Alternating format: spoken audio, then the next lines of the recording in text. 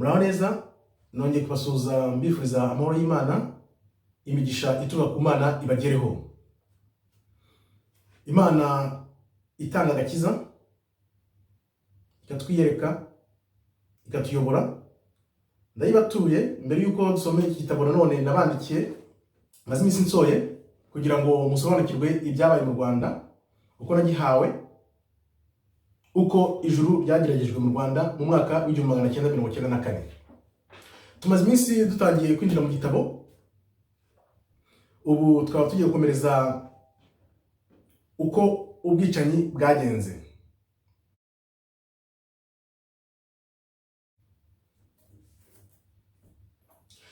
Reka dutangire, ariko ndabashishikariza gukomera ku ijambo ry'Imana, mukarisoma, mukarisobanukirwa, kuko Imana itanga agakiza niyo idushoboza gukora ibyo tugomba gukora mu gihe turi muri ubuzima bwo muri nosi, kuko hari ubundi buzima buzaza nyuma y'ubu.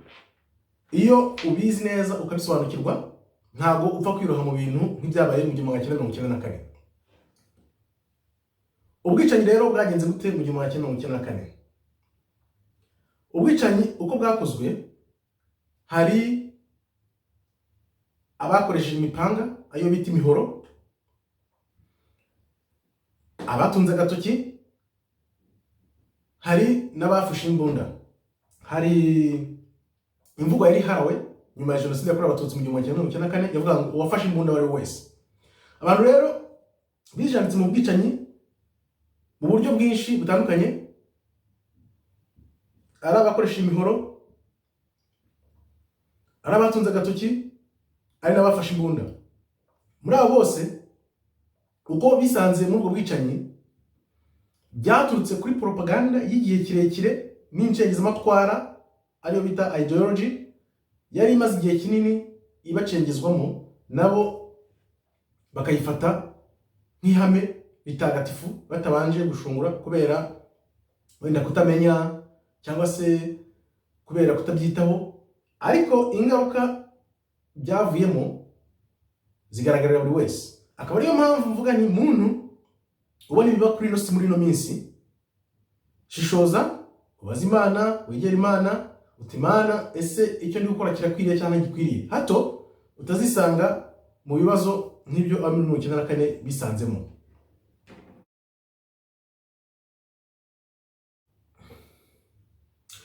Ubwicanyi uko bwihuse bukamera nk'isiganwa, abantu bari bashishikariye kwica bagenzi babo ku bwinshi.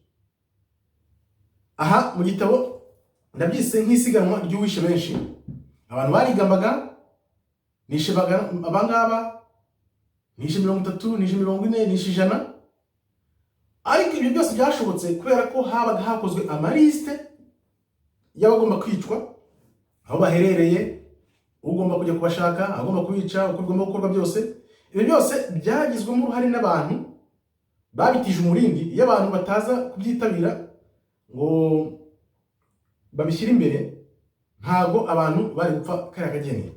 Aha nkavuga nti rero, niba umuntu akubwiye ngo nkurikira buhumyi, banza uhumuka, ahubwo urebe ibyo uwo muntu akubwira niba ari byo koko, hato utisanga urimo gukora amaliste cyangwa se uri gushyira mu bikorwa ibyo umuntu yagutumye.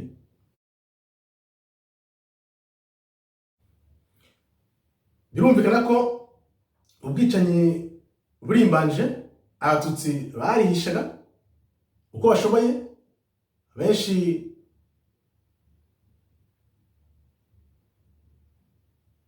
bakabavumbura bakabica. Ariko muri uko kwihisha harimo n'abahutu umutima mwiza babigizemo uruhare, bagahisha abatutsi kugira ngo babavane mu menyo ya rubamba. Ibyo byose twarisubiza amaso nyuma tukavuga tuti, abantu bitanze kiriya gihe bakavuga bati ndemera mpishe mugenzi wanjye, icyaba icyo ari cyose nzakirengera. Ni imbaraga n'ubutwari n'umuntu bitagizwe na buri wese, kuko tuzi ko abenshi bijanditse muri buriya bwicanyi, ariko ababishoboye bagakiza abo bakijije, Imana ibaha umugisha. ni isomo rikomeye twagombye kubigiraho ko hakiri abantu bafite ubumuntu muri bo, bafite indangagaciro z'Imana, bagendera ku ijambo ry'Imana, bityo bikajya bitubera isomo mu buzima bwacu bwa buri munsi. Niba tugiye gukora ikibi cyangwa kugwa, tukavuga tuti reka turebere kuri bariya ubutwari bagize, natwe dukomeze tugire ubutwari, dukomere ku ijambo ry'Imana, dukomere ku mugambi w'Imana, dukomere ku gushaka kw'Imana itwifuza kugira ngo dukore, hato tutazabura ijuru n'isi twaba twaragira ibibazo, ijuru ryo rikaba ryabo twaribura.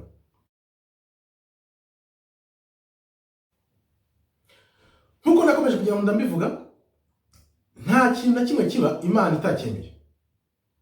Uko bigenda birabanza bikabera mu mwuka, noneho bikabona kuza tukabona n'aya maso tubonesha ibintu. Ibyabaye mu Rwanda mu 1994 jenoside yakorewe Abatutsi nabyo byakurikiye urwango rukomeye abantu bari bamaranye igihe kirekire, twavuga mu buryo bw'umwuka, mu mitekerereze yabo uko babibonaga, noneho igihe kigeze babona kubishyira mu bikorwa ari byo twabonesheje amaso y'umubiri. Bikaba bivuga ngo rero burya ingengabitekerezo iragora kwirinda kurusha ibikorwa. Ibikorwa ushobora kuvuga uti ndabikumira, ndabuza abantu kubikora kuko bamaze kubibona, ariko burya ingengabitekerezo iri mu bantu bagendana umunsi ku munsi, ntabwo byoroshye guhita uyibavanamo utabanje kubegera ngo urebe ibyo bahoramo, urebe ibyo batekereza, urebe ibyo bumva, maze baganize babwire uti dore inzira iboneye n'iyi, reka ikibi ukore cyiza, hato utazisanga mu mazi abira, nk'uko byagendekeye benshi mu 1994 n'imyaka akurikiyeho 95, 96, 97 kugeza na n'ubu n'uyu munsi, bikaba bigikurikiranya abantu kubera uruhare urunuru bagize mu bwicanyi bwakorewe Abatutsi mu 1994.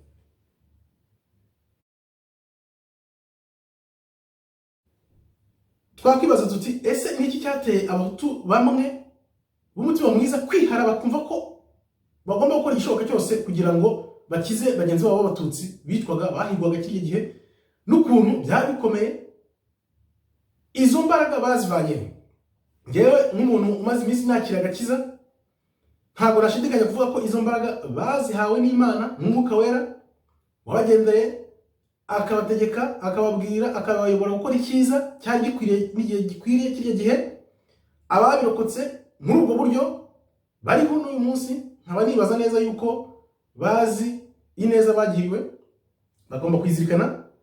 Nkaba mvuga nti nk'abo bantu twakagombye kuvuga tuti Mana kiriya gihe waraturokoye ukoresha ubu buryo tumvaga yuko bwanashoboka, none Mana tugukorera iki, dufashe iki abantu bawe, ese ijambo rya Mwami turyigishe gute ku buryo bwa nyabwo, aho kubyigisha mu buryo butari bwa nyabwo buyobya benshi, ko byaragaragaye ko ibintu by'abantu bose bigishaga ibi bihe turimo turacamo byagaragaje isura ya nyayo y'ijambo ry'Imana, nuko rigomba kwigishwa kugira ngo rigirire abantu umumaro, atari mu buzima bw'umubiri, ahubwo ubuzima buzaza nyuma y'ubu. Twakibaza tuti ni irihe somo abantu bavanye muri jenoside yakorewe Abatutsi mu 1994? Ese ni ukubera iki abantu bijanditse muri buriya bwicanyi ku bwinshi? Navuga nti abantu bijanditse muri buriya bwicanyi ku bwinshi kubera kudatekereza ngo babanze bumve neza ibyo bategekwa gukora n'ibyo bahamagarwa gukora, bakayoborwa buhumyi, bakisanga mu bibazo nka biriya, ariko atari kuvuga ngo nibo babyiteye, ahubwo ari amakuru baba badafite, ari ubushobozi wenda badafite ubushobozi. Ariko twavuga tuti harimo n'ababyishoyemo babizi neza, babyumva neza. Abo navuga nti ubwo bayobotse inzira ya Sekibi bareka inzira nziza, kuko byanze bikunze ikintu cyose ugiye gukora mu mutima wawe hari ijwi wumva ari kubwira ati gikore, cyangwa se ugikorane kibi kinyuranyije n'umutima wawe.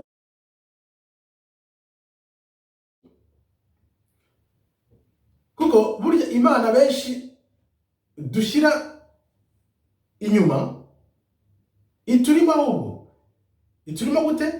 Iryo jwi ritubwira ritubuza gukora ikibi cyangwa ritubwira gukora icyiza, ni ijwi Imana yadushyizemo rituyobora, ritubwira riti sigaho wikora iki kintu ni kibi, cyangwa se kora iki ngiki nicyo cyiza. Nkavuga nti rero umuntu wese wagiye kumena amaraso akica abantu kaya kageni muri jenoside yakorewe abatutsi mu 1994, navuga nti yaremeye umwuka wa sekibi wa Satani uramuganza, uramuyobora, umukoresha ibibi. Ariko uyu munsi navuga nti muntu sigaho gukora igitandukanyije n'icyo Imana ishaka, hato utazabigiramo ingaruka nk'izo twabonye mu 1994.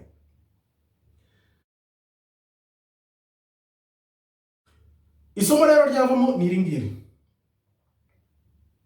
cakenge ubanze usuzume ibyo ubwirwa byose, ushungure, ugishe umutima nama wawe inama, maze koko nubona ko ibyo ugiye gukora ari byo, bikore mu buryo bwa nyabwo bukwiriye, ugendeye ku mahame y'Imana, amategeko y'Imana, icyo Umwuka Wera akubwira. Niba usenga, niba utanasenga kandi saba Imana iguha agakiza. Kuba agakiza nicyo kintu cya mbere muri ino si kiruta byose. Naje gusanga aricyo kiruta byose. Niba utaranabyumva uzabyumva, kuko nanjye ntabwo nabyumvaga kera. Muri buka mu mavideo yashize nagize kuvuga ukuntu nasengaga abarokore kumwe bititira gutya batitira, ariko uyu munsi ndavuga nti Mana mwami, manange gutitira nkabo, kuko nabonye ubwiza bw'agakiza kawe kandi nkanambyeho n'umutima w'inama wanjye wose n'imbaraga zanjye zose n'ubwenge bwanjye bwose. Ibyo byiza nakabonyemo akabyo nshishikariza abantu kuri uno munsi, akabyo bizabera umuyoboro ugana ubuzima bwiza buzira iherezo mu ijuru, nk'uko byamye biririmbwa iminsi ku minsi, igihe ku gihe, amezi ku mezi, imyaka ku myaka, kugeza na magingo aya. Ariko abantu twaba tutarabisobanukirwa kubera ko dutegereje tuvuga ati bizaza ryari. Umwami Yesu aravuga ati abenshi bazajya bibaza bacika intege bavuga bati Mana mwami, ibyo bihavuze bizasoza ryari? Biri bugufi. Ngira ngo nyiramaso yereka byinshi ibindi akibonera, tugenda tubisatira uko bizaba, igihe bizabera ntabwo tukizi. Ariko ntucike intege, komera ku gakiza kawe, ukomere ku ijambo ryawe, shakisha Imana, hato ibigiye kubera muri bose byose bisa n'ibyabaye mu Rwanda ariko bibereye mu Rwanda gusa, bigiye kubera mu isi yose mu minsi izaza, hato utazisanga ingaruka nk'izo abo mu Rwanda mu 1994 babonye bamaze gukora jenoside kuri abatutsi. Kuko ibigiye kubera muri no si bimeze neza nk'ibyabaye mu Rwanda, usibye ko noneho bizaba ari isi yose. Bivuze biti harimo abazajya ku ruhande rw'amateka mabi, harimo n'abazajya ku ruhande rw'amateka meza.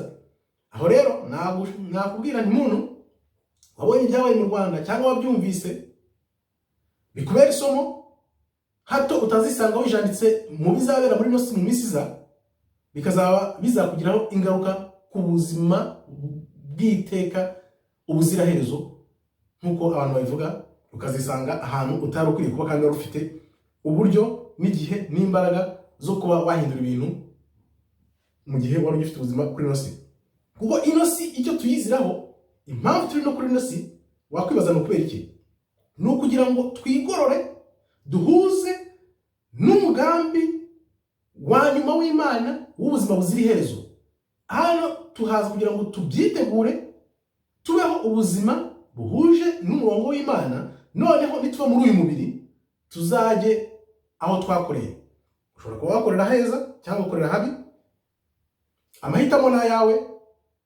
Nk'umuntu wasobanukije ijambo ry'Imana nakubwira ngo hitamo icyiza ureke ikibi, kuko Satani aragushuka, yamara gushuka wagwa mu mutego we, yarangiza akakwitaza, ubundi aho muzahurira ubwo niwe uzahakubwira, aho azaba guseka akubwira ati dore uko wankoreye, dore igihembo ngiki. Ariko Imana uko tubizi ni ihemba neza ubuzima buzira iherezo, umudendezo udashira igihe cyose, ibihe n'ibihe, kuko hariya nta bihe bibayo, ni umudendezo w'iteka ryose.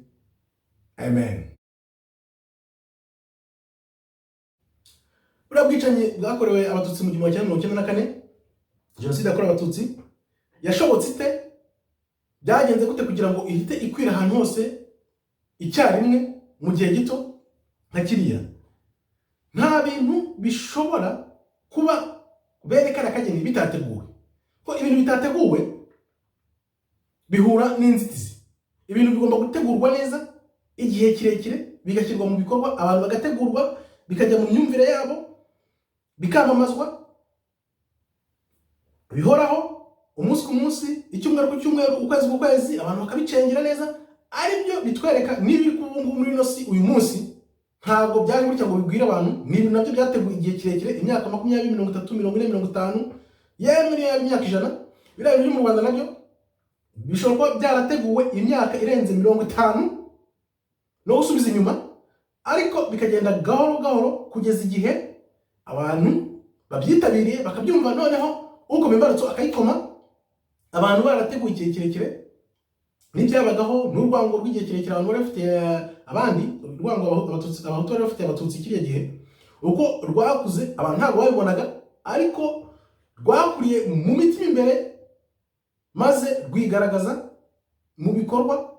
Ubwo bafataga imipanga, imihoro, imbunda, bakarasa bagenzi babo, bakabiraramo, bakabica karakageni. Ibyo rero ni ibintu bitegurwa igihe kirekire, nubwo udashobora guhita ubisobanukirwa kuvuga ati dore byateguwe n'uyu nguyu, kuko bitegurirwa ahantu hejuru cyane. Barya tuvuga bo hasi baba bavuga ngo nibo babiteguye, hari usanga ahubwo nibo babishyize mu bikorwa, ariko byarateguriwe ahantu udashobora kumenya hariho. Nkakubwira ni rero ibitegurwa byose, ibi uyu munsi byose urabireba, niba ubona bihabanye no gushaka kw'Imana, byitaze ubirekere ababijyamo, maze ukiranuke, ugire umutima usukuye, Imana igushyire mu bayo, aho kugira ngo Satani yigarure umutima wawe, ikuyobye maze ikurimbure. Tunavuga tuti ibyo bintu aho byavuye hariho hose, uko byandikwa, uko bisesengurwa, ntabwo bigomba kwandikwa n'abanyamahanga cyangwa kuvugwa n'abanyamahanga bakatubwira uko byagenze, kuko twari duhari, twarabibonye, nubwo tutazi aho byateguriwe nuko byaje, ariko twarabibonye. Ubwo twabibonye rero, ntidutume abanyamahanga bakomeza kuvuga uko byagenze, cyangwa se ngo bandike uko byagenze uko babishaka.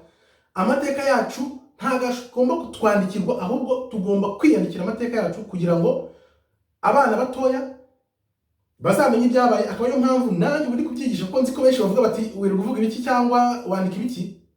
Nimba ubizi uko byagenze, umwana w'imyaka 5, 10 uyu munsi ntabwo azi uko byagenze. Uyu ni umusanzu muto ndi gutanga kugira ngo abana babyiruka b'imyaka 2, 3, 5, 10, barafite imyaka mike, bazumve neza ibyabaye nuko byagenze, batabibwiwe n'abanyamahanga babyanditse uko babishaka cyangwa se babihinduye uko babishaka, kugira ngo bayobye abantu uko ibintu byagenze.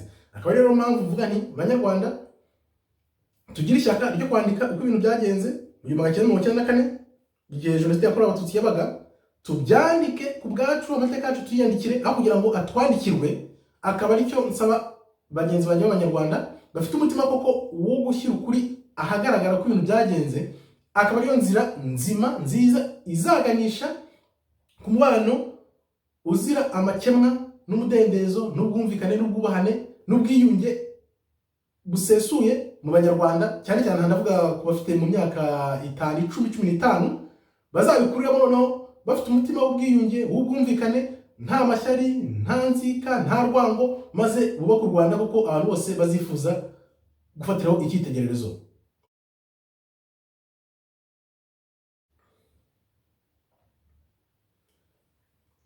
Aha twakwibaza tuti, inkovu abantu barokotse jenoside yakorewe abatutsi bafite n'ipfunwe cyangwa se kimwaro cy'abakoze jenoside n'ababo bafite uyu munsi byahurira hehe? Byahura gute? Ni gute bafata abantu basigiye inkovu na jenoside yakorewe abatutsi mu 1994 n'ababikoze bafite ipfunwe cyangwa n'ikimwaro? Wabihuza gute kugira ngo abantu babashe kwiyunga, bumvikane neza? Uko ibintu byakorwa ni mu buryo bumwe gusa, ni ukubwizanya ukuri gusesuye, abantu bakemera ibyo bashatse gukora, uko byagenze bakabyemera, abandi nabo bakababarira, ariko bikaba bivuye mu mutima, cyane cyane babanza gushyira ijambo ry'Imana imbere, bakabanza bakakira agakiza, bagasobanukirwa neza ubuzima tuba turimo hano, icyo Imana idusaba nuko tugomba kugendera kugira ngo tugire umutima usukuye, twiyongere bagenzi bacu, tugire urukundo. Aricyo kintu cya mbere Imana idusaba gushyira imbere. Urukundo burya ntabwo ushobora kurugira ufite amashyari n'umunabi n'amatiku n'amakimbirane cyangwa n'urwango mu mutima wawe. Banza wiyubaka ubwawe, wigorora n'Imana, numara kwigorora n'Imana, uhuze n'ijambo ry'Imana, wiyuzuze mu mwuka w'Imana, ijambo ry'Imana rikuzuremo, ko burya wuzuye ijambo ry'Imana n'umwuka wera arakugendera akagusendera.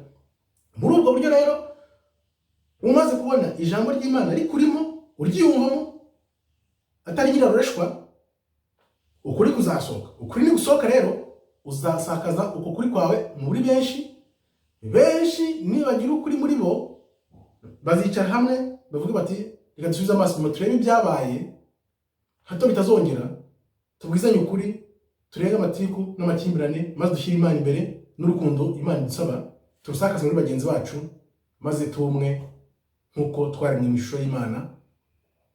Amen.